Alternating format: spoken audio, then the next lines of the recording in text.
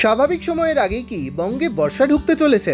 মৌসুম ভবন জানিয়েছে নির্দিষ্ট সময়ের 9 দিন আগে আন্দামান দ্বীপপুঞ্জে বর্ষা ঢুকছে। কেরলেও দক্ষিণ পশ্চিম মৌসুমী বায়ু আগে ঢুকতে পারে বলে পূর্বাভাস রয়েছে। তাই অনুমান করা হচ্ছে বাংলাতেও আগেই ঢুকতে পারে দক্ষিণ পশ্চিম মৌসুমী বায়ু। এও অনুমান সপ্তাহ শেষে কমতে পারে তাপমাত্রা। মঙ্গলবার কলকাতা সহ দক্ষিণবঙ্গের সব জেলায় বৃহস্পতিবার পর্যন্ত গরম এবং আর্দ্রতাজনিত অস্বস্তি বজায় থাকবে। আবহাওয়া দপ্তর সূত্রের খবর, বিকেল বা সন্ধ্যের দিকে বজ্রবিদ্যুৎ সহ ঝড় বৃষ্টির হালকা সম্ভাবনা রয়েছে।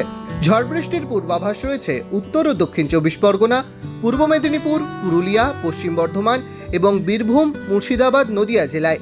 বজ্রবিদ্যুৎ সহ বৃষ্টির সঙ্গে ঘন্টায় 40 থেকে 50 কিলোমিটার গতিবেগে দমকা ঝোড়ো বাতাসও বইতে পারে। সোমবার বৃষ্টির পরে তাপমাত্রা স্বাভাবিকের তুলনায় প্রায় 4 ডিগ্রি কমেছে। ডাউনলোড করুন এই সময় অ্যাপ iOS ও অ্যান্ড্রয়েডের জন্য।